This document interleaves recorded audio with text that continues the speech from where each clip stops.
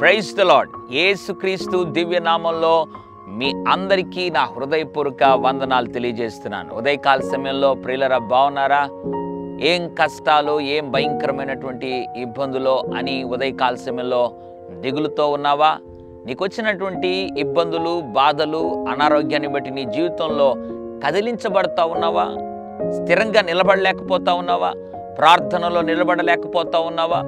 దేవుని సన్నిధికి నమ్మకంగా ఉండలేకుండా పోతున్నావా? నీకు వచ్చినటువంటి ప్రతికూల పరిస్థితులు నిన్ను కదిలిస్తా ఉన్నాయా?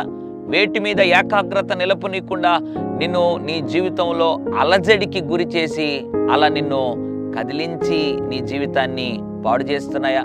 ఉదయకాల సమయంలో దేవుడు ఒక అద్భుతమైన మాటను జ్ఞాపకం చేయాలని ఆశపడుతున్నాడు. సామెతల గ్రంథం 10వ అధ్యాయం 30వ వచనం. సామెతలు 10:30. నీతిమంతుడు ఎన్నడును కదిలింపబడడు. ఎంత అద్భుతమైనటువంటి మాట అండి. నీతిమంతుడంట ఎన్నడును కదిలింపబడడు. ఎన్నడును అంటే ఏ పరిస్థితి అయినా, ఏ రోజైనా నీతిమంతుడు కదిలించబడడు. ఉదయకాల సమయంలో మొదటిగా ఒక ప్రశ్న అడగాలని ఆశపడుతున్నాను. ఇంతకీ నీతిగా జీవిస్తున్నావా? యథార్థంగా జీవిస్తున్నావా?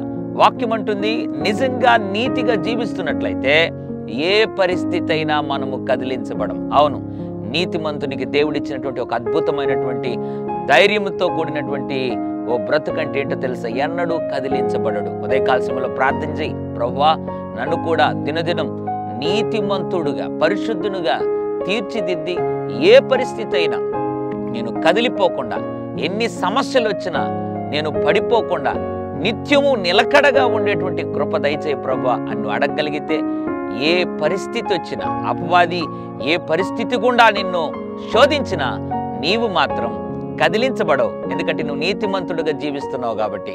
అయితే అన్ని కదిలి వెళ్ళిపోతాయి కానీ నువ్వు కదిలించబడవు. కాబట్టి నీతిగా జీవిద్దాం. ఏ పరిస్థితి అయినా కదలకుండా నిత్యము నిలబడదాం. అది దేవునికి మహిమ కలుగుతుంది. పరిశుద్ధుడా, ప్రేమగల తండ్రి, నీకు వందనాలు.